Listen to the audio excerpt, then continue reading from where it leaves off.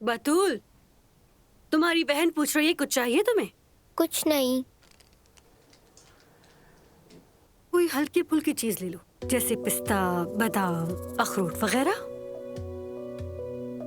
ठीक है, रखती हूँ मैं। खुदा हाफिज।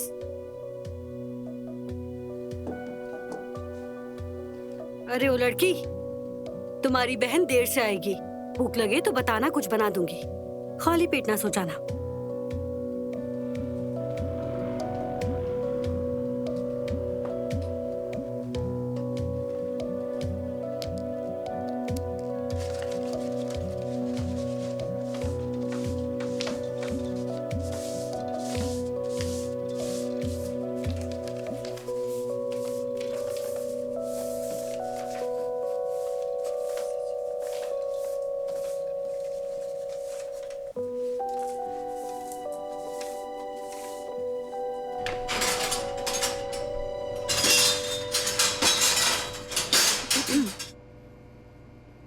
मैंने घर फोन करके बता दिया है कि थोड़ा लेट हो जाऊंगी, वरना बतूल परेशान होगी। बतूल शहजादी को सिर्फ तुम्हारे बारे में नहीं, सब कुछ जानना होता है।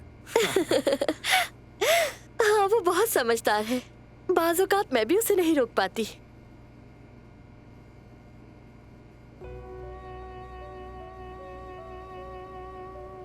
अब मुझे जाना चाहिए। जुबाना, मेरे पास होते हुए बेचैन क्यों हो जाती हो?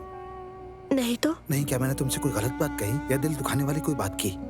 नहीं, ऐसी कोई बात नहीं है। तो फिर क्या है? इतने दिनों की गर्मजोश बातचीत के बाद भी तुम्हारा इस तरह का रवैया, मुझे समझ नहीं आता कि इसकी कोई तो वजाहत होनी चाहिए। मैं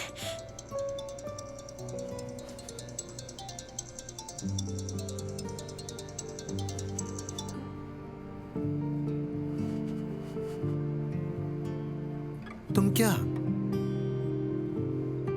मैं आपसे भाग नहीं रही ओजान साहब। मेरे पास ख्वाबों के पीछे दौड़ने जैसी कोई जिंदगी नहीं। ख्वाबों और हकीकत के बीच एक बहुत बड़ा फासला होता है, मतलब एक गहरी खाई जैसा। जैसे कि आप जानते हैं, मेरी जिंदगी और हालात आपसे बहुत मुख्तलिफ हैं। मैं और आप एक जैसे नहीं हैं।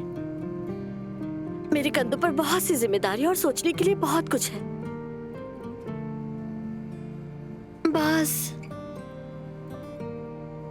बाज़ औक़ात जज्बाती मामलात के लिए वक्त ही नहीं बचता।